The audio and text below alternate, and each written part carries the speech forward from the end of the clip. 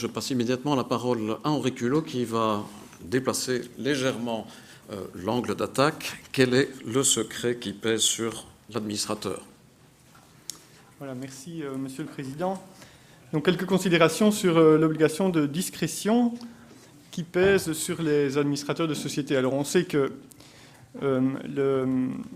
l'information dans les sociétés est un sujet qui est souvent traité, souvent sous l'angle alors plutôt de savoir quelle information doit être communiquée, soit aux actionnaires par les administrateurs, soit par la société au monde extérieur. Alors moi ici je me concentre plutôt sur la question inverse qui est quand doit-on se taire quand on est un dirigeant de société. Alors pourquoi faut-il un devoir de discrétion? Au fond, comment se fait-il qu'on ait prévu un devoir de ce type? Eh bien, je pense qu'il y a une opposition entre deux nécessités, si vous voulez. Il y a d'abord le droit de la société de posséder des informations. Alors, ce droit, il se va reconnaître plusieurs fondements, mais celui qui semble le plus solide à l'heure actuelle est celui qui est basé sur les droits fondamentaux, avec, au fond, en partant de l'idée de protection de la vie privée et en élargissant ce concept de deux manières. D'abord, en disant que la vie privée, ça englobe aussi les relations économiques et professionnelles, ce qui est tout à fait reconnu par la Cour européenne des droits de l'homme. Et puis, deuxième élargissement, en accordant ce droit à la protection de la vie privée ainsi étendu aux relations économiques, aux personnes morales et pas seulement aux personnes physiques. Et vous voyez ce double élargissement très clairement, par exemple, dans l'arrêt Varec de la Cour constitutionnelle du 19 septembre 2007, où sur cette base, la Cour reconnaît le droit d'une personne morale à posséder des informations et donc à empêcher des tiers d'y avoir accès. D'autres auteurs fondent plutôt ce droit de la société dans le droit privé. Alors, c'est les concepts de liberté individuelle ou d'autonomie de la volonté, mais on pourrait aussi, d'une certaine manière, adopter un concept élargi de droit de propriété, si on entend la propriété comme le droit d'empêcher autrui d'utiliser un bien, et ici il s'agit d'un bien immatériel qui appartient. Puis vous avez aussi des fondements dans le droit international, et notamment dans l'accord ATPIC, qui est une annexe au traité sur l'organisation mondiale du commerce, qui contient d'ailleurs une définition intéressante de l'objet sur lequel porte le droit des commerçants ou des entreprises de posséder des informations. Et puis, vous avez d'autre part la théorie de l'organe. Théorie de l'organe, alors elle est fixée principalement à l'article 61 du Code des sociétés. Les sociétés agissent par leurs organes, et d'une manière ou d'une autre, l'organe doit toujours être constitué de personnes physiques qui sont distinctes de la société. Alors, comment une société peut-elle posséder des informations? Comment une société peut-elle savoir quelque chose? Une société ne peut savoir quelque chose que si son organe le sait. Alors, comme ça, c'est un peu abstrait, mais ça signifie en clair que la société ne peut jamais posséder une information pour elle toute seule. Elle doit au moins toujours la partager avec son organe. Alors, quel organe? Les sociétés ont plusieurs organes, et donc on considère généralement que la répartition de l'information suit la répartition des compétences des différents organes, et que donc chaque organe dans la société doit obtenir les informations ou doit avoir accès aux informations appartenant à la société qui relèvent de ses compétences. Et c'est ça qui fonde, d'une part, le droit de principe de l'organe de gestion à obtenir toute l'information, a priori sur tous les sujets, puisqu'il a la plénitude des compétences, et aussi son obligation de connaître suffisamment d'informations pour gérer la société de manière efficace et professionnelle. Et donc, gérer la société, c'est à la fois délibérer au sein de l'organe de gestion, et c'est en même temps transmettre des informations aux tiers lorsque la loi impose que la société transmette certaines informations aux tiers. Et puis c'est aussi sur cette base-là qu'on dit que les actionnaires ou l'Assemblée générale n'ont un droit à l'information que dans des matières précisément délimitées. Ce droit de l'organe ou des membres de l'organe à obtenir l'information est un droit reconnu comme étant individuel. Donc c'est chaque administrateur à titre personnel qui a un droit à obtenir toute l'information, pas seulement à obtenir l'information qu'on lui donne, mais à rechercher aussi lui-même l'information qu'il juge utile pour exercer ses fonctions. C'est une nécessité fonctionnelle parce que c'est ça qui permet aux administrateurs collectivement de délibérer convenablement, et pas seulement sur la base des informations qu'on a bien voulu leur donner. Et c'est aussi une règle qui se justifie par les obligations en termes de responsabilité. Chaque administrateur est personnellement responsable de l'exécution de son mandat, et donc c'est normal aussi qu'il puisse personnellement avoir accès à l'information qui lui permet de bien exécuter son mandat. Alors, ces deux pôles sont évidemment dans une forme de tension, puisque, comme je vous l'ai dit, il y a d'une part le droit de la société de posséder des informations, mais elle ne sait pas le faire sans que les informations soient par nature partagées au moins avec ses organes. Et la manière de réconcilier ça, c'est d'imposer aux organes une obligation de discrétion qui les empêche qui leur interdit en tout cas de divulguer à l'extérieur les informations qui appartiennent à la société. Alors la deuxième question que je me suis posée, c'est la question de savoir est-ce qu'il y a un fondement juridique à cette obligation de discrétion, et si oui, quel est-il? Et je vais d'abord vous parler de quelques candidats malheureux auxquels on peut penser de premier abord, mais qui finalement ne font pas vraiment l'affaire. Et puis je vais vous parler de deux fondements qui me paraissent plus solides, à savoir le statut de l'administrateur et la manière de définir les pouvoirs des organes. Passons d'abord aux candidats malheureux. Alors, ce qui ne fonctionne pas pour justifier l'obligation de discrétion des administrateurs, c'est en premier lieu le secret professionnel, et je pense que finalement chaque orateur aujourd'hui vous aura parlé au moins un petit peu du secret professionnel. Tout le monde reconnaît que ce secret professionnel ne s'applique pas aux administrateurs de société, et ça a été confirmé par un arrêt de la Cour de cassation française du 15 février 1970 qui le dit de manière particulièrement claire. Alors, pourquoi est-ce que ça ne s'applique pas? On peut trouver plusieurs raisons. Moi, j'en vois essentiellement deux. D'une part, on peut se demander si, vu la manière dont est définie la théorie de l'organe, s'il y a réellement une information qui est confiée à un tiers.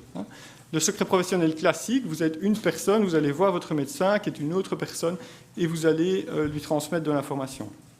Dans le cas de l'administrateur, la transparence de l'organe fait que ce n'est pas très clair si l'information que connaît l'organe est quelque chose qu'il connaît à titre, qu'il connaît en son nom propre ou pour son propre compte, ou bien si c'est en réalité la manière pour la société de connaître l'information. Je reconnais que ceci est un argument un peu abstrait. Le deuxième argument, qui est peut-être plus directement compréhensible, c'est la question d'un intérêt public à protéger.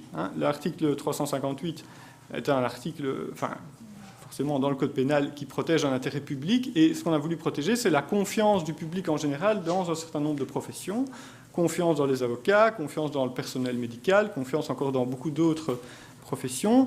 Ici, mais cet argument-là ne vaut pas pour des administrateurs dans lequel le public en général ne doit pas avoir confiance. Ceux qui doivent avoir confiance dans les administrateurs, c'est la société.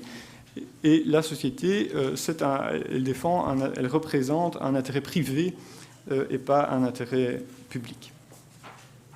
Deuxième candidat malheureux, les secrets de fabrique, article 309 du Code pénal. C'est une obligation pénale spécifique pour un certain nombre d'informations, qui protège un certain nombre d'informations techniques. Or, les administrateurs possèdent toute une série d'informations qui vont au-delà des informations techniques. D'ailleurs, je ne dois pas préciser qu'une société ne détient pas toujours une fabrique. En outre, l'article 309 nécessite un dol spécial, une divulgation méchante, ce qui restreint très fort la portée de l'obligation, alors que l'obligation de discrétion des administrateurs est beaucoup plus large.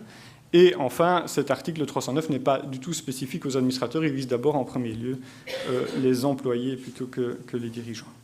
Et puis alors, vous trouvez dans diverses dispositions légales des obligations spécifiques. Je dis des dispositions légales, mais ça peut être aussi des dispositions contractuelles dans les contrats de confidentialité, dans les règles relatives aux délits d'initiés, dans le droit de l'arbitrage, vous avez un certain nombre d'obligations spécifiques de discrétion ou de confidentialité. Mais là, de nouveau, ça ne permet pas de fonder une obligation générale de discrétion des administrateurs. Et souvent, ces obligations ne sont pas du tout spécifiques aux administrateurs. Au contraire, elles s'imposent à toute une série de personnes.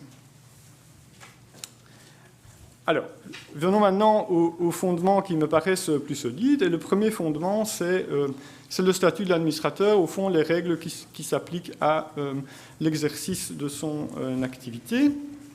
Vous n'avez pas en droit belge de disposition légale qui définit l'obligation de discrétion qui s'applique à l'administrateur, mais vous en avez une en droit français qui est intéressante, à l'article L225-37 du Code de commerce. Les administrateurs, ainsi que toute personne appelée à assister aux réunions du conseil d'administration, sont tenus à la discrétion à l'égard des informations représentant un caractère confidentiel et données comme telles par le président du conseil d'administration. Donc, vous avez là une belle définition de cette obligation de discrétion. En droit belge, vous la trouvez parfois dans les statuts, et je donne dans mon exposé écrit quelques exemples de clauses statutaires qui imposent explicitement cette obligation de discrétion.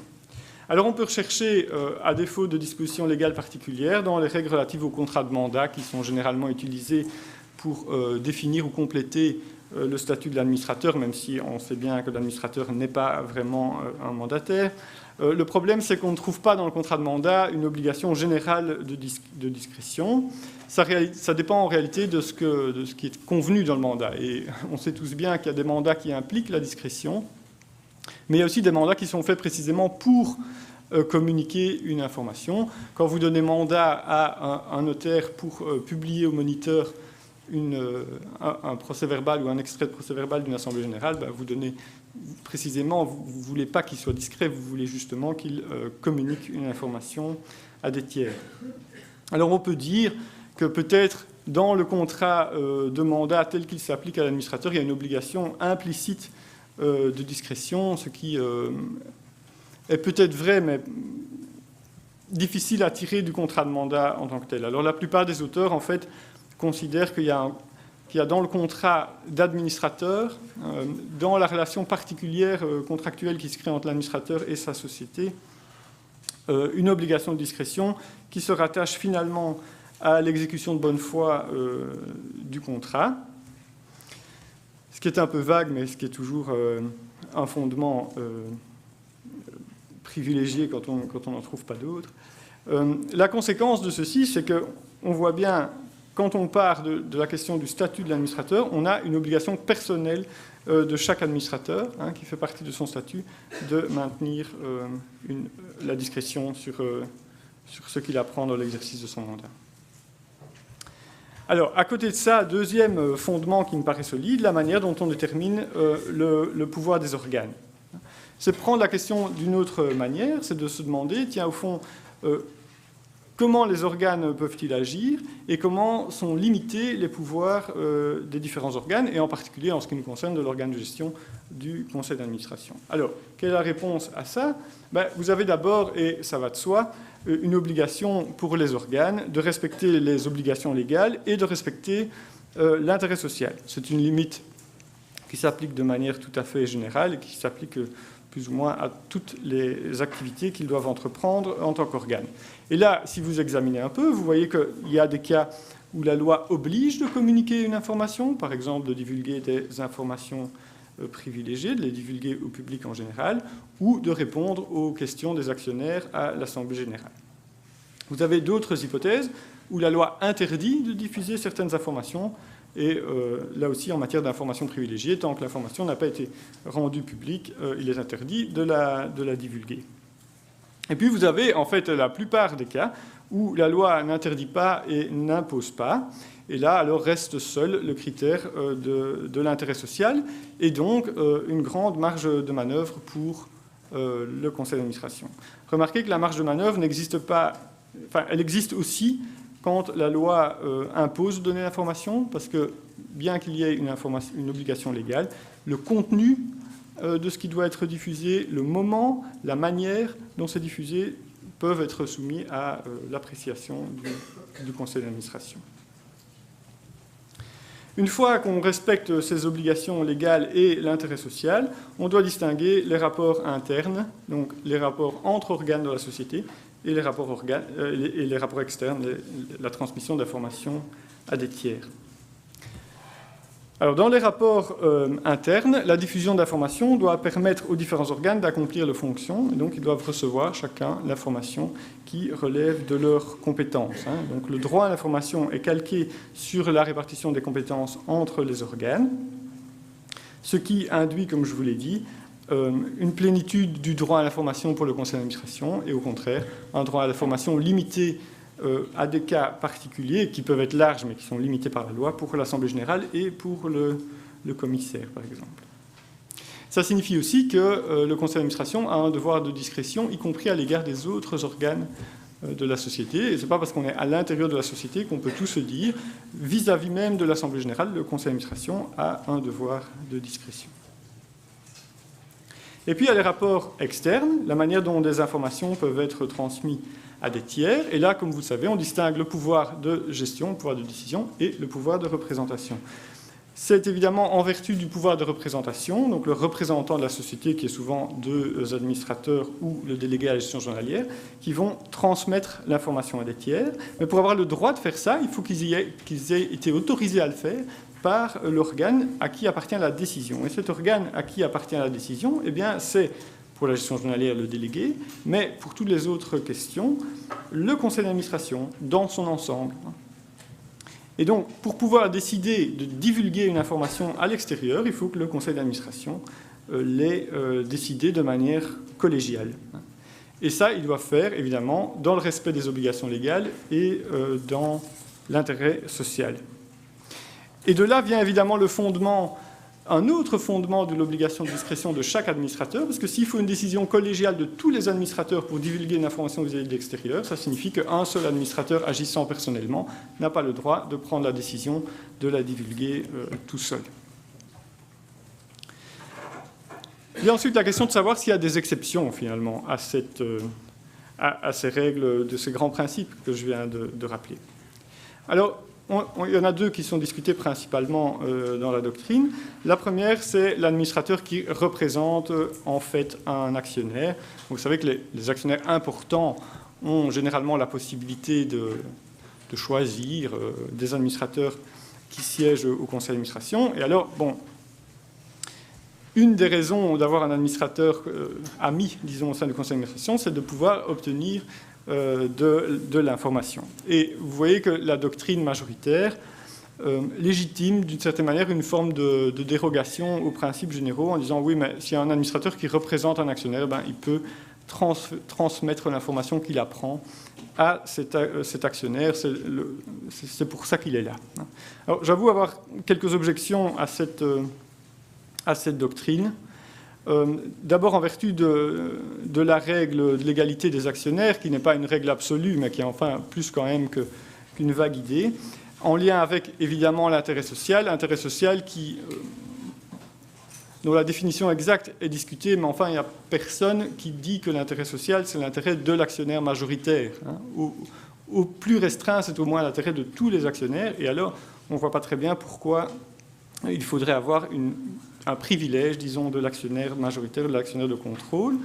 Deuxième argument, une forme de séparation des tâches entre ceux qui gèrent, d'une part, les administrateurs qui savent pour gérer et qui assument la responsabilité de leurs actes, d'une part, et d'autre part, les actionnaires qui ne gèrent pas, qui ont un moindre accès à l'information, mais qui bénéficient d'une responsabilité limitée à leurs apports. Alors ça, c'est le système du droit des sociétés, mais si on commence à avoir des actionnaires qui obtiennent toute l'information, mais qui n'ont aucune responsabilité parce qu'ils sont actionnaires et pas administrateurs, ça déséquilibre un peu un système, sachant qu'en plus, rien n'interdit à l'actionnaire majoritaire de se faire nommer administrateur en tant que personne morale, auquel cas il aura droit à l'information, mais il risquera aussi des actions en responsabilité. Deuxième exception, est-ce que quand il y a une obligation légale spécifique de divulguer une information, est-ce qu'on peut déroger aux règles qui précèdent? Et donc, la question en particulier, c'est la question de savoir si quand la loi impose de donner une information, par exemple de déposer les comptes annuels à la Banque nationale, et que le conseil d'administration ne le décide pas ou ne le fait pas, est-ce qu'un administrateur tout seul peut du coup décider de passer outre et d'agir lui-même? Bien, là, non plus. Pas non plus, pourquoi? Parce que d'abord, souvent, c'est une obligation de la société dont on parle, et pas une obligation de l'administrateur personnellement. Et plus fondamentalement, parce que même quand il y a une obligation légale de divulguer une information, il y a toujours un pouvoir d'appréciation sur le contenu, sur le timing, sur l'utilisation éventuelle d'exceptions à cette obligation légale. Un exemple, dans le rapport de gestion, vous devez indiquer les événements importants qui ont eu lieu au cours de l'exercice. Qu'est-ce que c'est un événement important? Lesquels va-t-on mentionner? Comment va-t-on en parler? Tout ça, c'est des questions d'appréciation qui doivent faire l'objet d'une décision collégiale et qu'un administrateur tout seul n'a pas le droit de décider. Finalement, quel est l'enjeu de toute cette discussion? L'enjeu, c'est de savoir si le droit à l'information et l'obligation de discrétion est un droit individuel ou un droit collégial, collectif, qui s'exerce à plusieurs. Et comme je vous l'ai dit, il y a en fait deux fondements. Il y a un fondement individuel tiré du statut de l'administrateur et il y a un fondement de nature plus collégiale tiré du pouvoir des organes. Et si vous, pour synthétiser mon exposé, on voit qu'il y a en fait une complémentarité entre les deux fondements et entre l'aspect individuel et l'aspect collégial. D'une part, le droit à l'information est plutôt à la base un droit individuel qui doit permettre à chaque administrateur personnellement d'exécuter convenablement son mandat, mais il implique ensuite une obligation de partager cette information pour rendre la décision collégiale au sein de l'organe collégial qu'est le conseil d'administration. Et puis inversement, si vous regardez les choses du côté de l'obligation de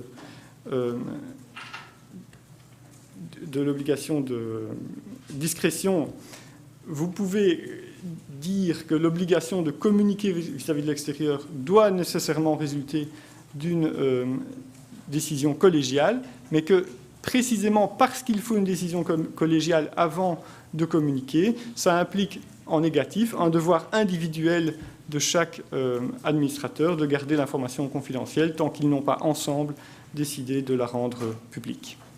Voilà, je vous remercie.